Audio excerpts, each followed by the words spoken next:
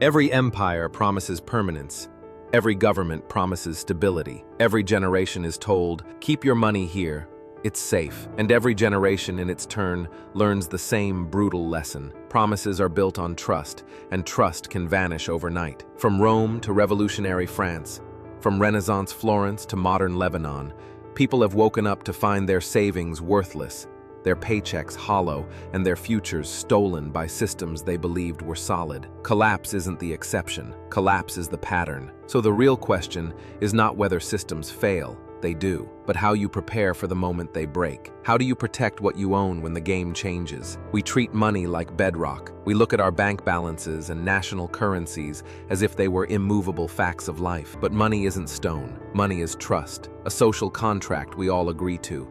And that contract can be broken. When it is, everything that depends on it crumbles. History hands us maps, not to show us exact futures, but to show how collapses unfold, where value flees, and who survives. Follow those patterns, and you begin to see a terrifying clarity. Survival usually belongs not to the most trusting, but to the most skeptical. Consider the Byzantine Empire. For centuries, its gold solidus functioned like a global reserve, accepted from Constantinople to Cairo, from Venice to Baghdad. The story of the solidus teaches us two crucial things.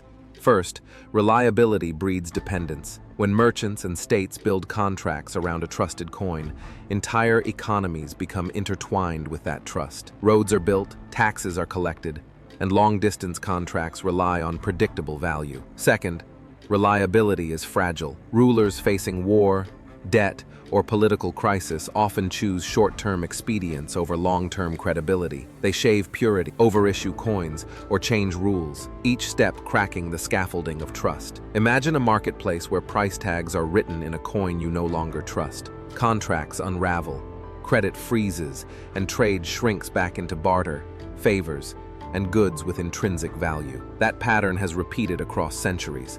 It is not abstract. Then, emperors began to shave purity and mix gold with cheaper metals. At first, merchants tolerated it. Whispers spread. Trust cracked. Once confidence was gone, commerce lost its anchor. Debasement destroyed credibility and the region's economic stability. The Roman denarius, once a stable silver coin, was debased repeatedly until it was essentially bronze with a thin silver wash. Emperors chased short-term gain.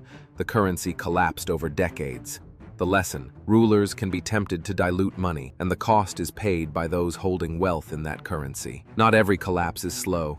Some arrive like light. The Black Death killed perhaps half of Europe in the mid-14th century. Cities emptied, trade routes broke down, labor vanished. With labor scarce, survivors demanded higher wages and bought land cheaply. Wealth shifted, and new social orders emerged. Pandemics reshape resource distribution, creating opportunities for those with liquidity and skills. Fast forward to our era. During COVID-19, supply chains ruptured and governments printed trillions. Asset prices surged while wages lagged. Those with cash bought property and businesses at discounts. The pattern repeated. Crises redistribute wealth to those who can act. Florence teaches another danger. Powerful banking houses lent to kings. When monarchs defaulted, banks collapsed and depositors were ruined. The illusion of safety, big institutions and reputations, was exposed. Too big to fail has failed before. Jump to 19th century America. The Civil War forced both sides to finance massive mobilizations. The North issued greenbacks. The South printed paper until inflation corroded currency into worthlessness. Confederate soldiers were paid with bills that could not buy basic goods. Families clinging to paper lost everything. Those with food, land, or goods survived or even profited. These cases are not just history, they're warnings. Watch for incentives that make devaluation attractive. War, heavy debt, and big spending. Understanding motives helps you see where risk concentrates and which assets may survive. Notice revolutionary France tried to back new paper money, the Assignats, with confiscated land. But printing more notes diluted the currency. Merchants refused paper for food, and prices soared. The revolution ate its own monetary experiment. Ideals and political change do not guarantee a stable currency if supply outstrips confidence. In Asia, in 1997, the Thai baht collapsed after speculative attacks and a broken peg. Nations that had borrowed heavily in dollars found their debts exploding when local currencies fell. Ordinary workers and homeowners paid the price. Foreign creditors escaped or profited. When your liabilities are denominated in someone else's currency, your fate depends on decisions beyond your control. Lebanon's recent collapse is a cautionary tale for modern savers. Between 2019 and 2021, banks froze withdrawals and the pound collapsed. People queued for hours to access accounts that had been their lifelines. Middle-class savings evaporated. The bank was not a vault you owned. It was an institution that could limit access when trust faded. 2008 showed that advanced economies are not immune. Mortgage markets collapsed, banks teetered, and governments chose who to rescue. Ordinary families lost homes and pensions, while some institutions were saved. In 2023, regional bank failures reminded Americans that modern banking can fail quickly when confidence vanishes. Too big to fail is often a policy choice, not a guarantee. So how should you respond? There is no single bulletproof strategy, but history offers a durable toolkit. First, diversify across systems. Don't keep all your savings in one bank, one currency, or one country. Cross-border holdings, multiple accounts, and varied asset classes reduce the odds that a single failure wipes you out. Beyond diversification, think in layers. Treat your wealth like a house. The foundation is your skills and ability to produce value. The ground floor is accessible liquidity. The upper floors are investments that can appreciate when markets normalize. If one floor collapses, the others can hold you up. Someone with only local savings and a mortgage has one floor. Someone with a trade, a small business, foreign liquid reserves, and some property. Second, hold assets that cannot be printed. Land, real property, physical commodities, and precious metals. These often retain intrinsic value when paper collapses. Third, maintain liquidity. In every crisis, those with cash can buy bargains, foreclosed homes, failing businesses, or distressed goods. Liquidity is optional until it's essential. Fourth, minimize currency mismatches.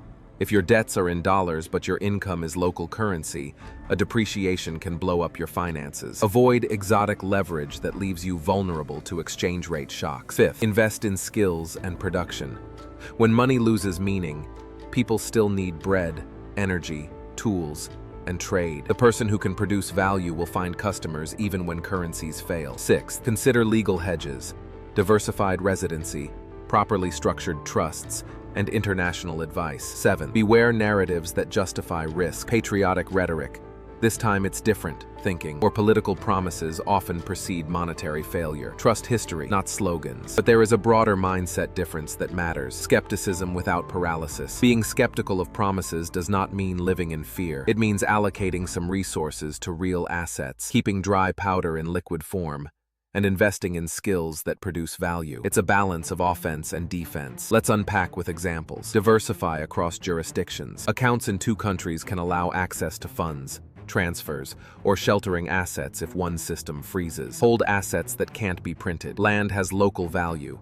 Gold is globally scarce, and commodities have intrinsic use. Each asset has trade-offs: liquidity, storage costs, legal complexity, but their scarcity protects in collapse scenarios. Pause. Consider practical examples. After 2008, investors with cash bought foreclosed homes and later reaped gains when markets recovered. After hyperinflations, families who held foreign currency or physical goods could trade to survive. After pandemics, those with mobility, networks, or skills adapted faster. These are repeated outcomes, not anomalies. Beware false refuges. Cryptocurrencies can diversify exposure, but bring regulatory, custody, and volatility risks. Precious metals stabilize, but don't generate cash flow. Property yields income, but requires upkeep and legal care. Offshore holdings reduce some risks, but add complexity. No single asset is a panacea. Here is a practical checklist. Diversify across jurisdictions. Hold tangible assets. Keep liquidity. Avoid foreign currency debt. Build income-producing skills. Cultivate community networks.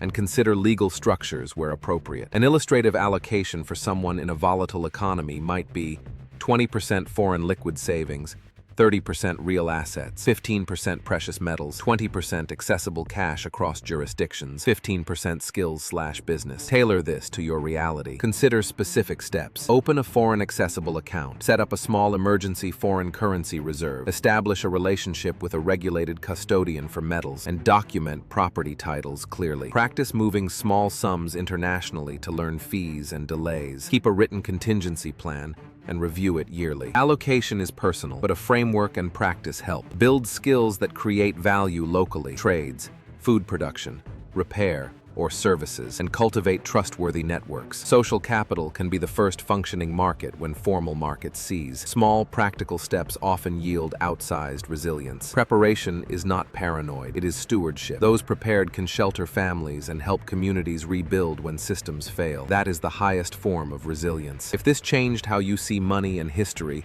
hit subscribe. We'll keep digging into episodes, patterns, and strategies that actually protect wealth. I'll show you where the lessons are buried and how to use them.